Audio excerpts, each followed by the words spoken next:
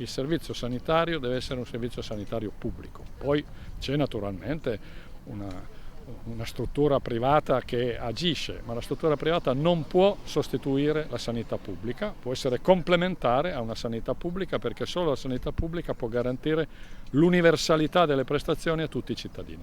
Fermare la chiusura delle strutture pubbliche, l'impoverimento della sanità regionale, ma soprattutto il suo orientamento verso la privatizzazione. Questo è l'impegno che il Partito Democratico e i suoi candidati veneti portano avanti con forza verso le elezioni politiche del 25 settembre. L'obiettivo a livello regionale sarà quello di riprogettare il sistema sociosanitario attraverso un investimento economico necessario per far fronte alle sfide del presente, intercettando in maniera efficace le risorse del PNRR. È necessario investire sulla sanità pubblica, più di quanto si è fatto fino adesso. Oggi bisogna risolvere innanzitutto 3 problemi. Bisogna che ci siano più operatori sanitari, medici ed infermieri negli ospedali.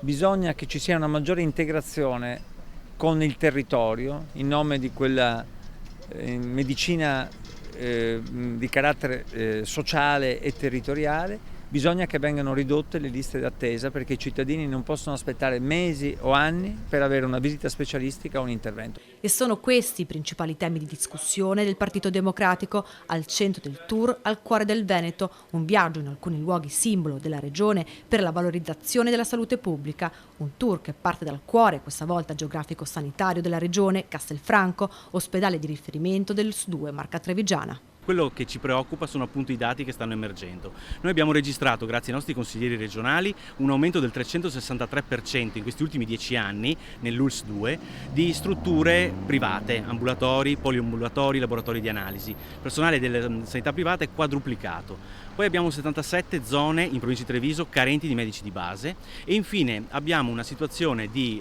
una fuga di dipendenti dall'ULSS 2, personale infermieristico, medico, negli ultimi 3 anni di 526 unità, cioè siamo al primato regionale in Veneto. Sono dati che ci preoccupano. E se da una parte i dati sanitari preoccupano il Partito Democratico, dall'altra sono punto di partenza per una nuova prospettiva.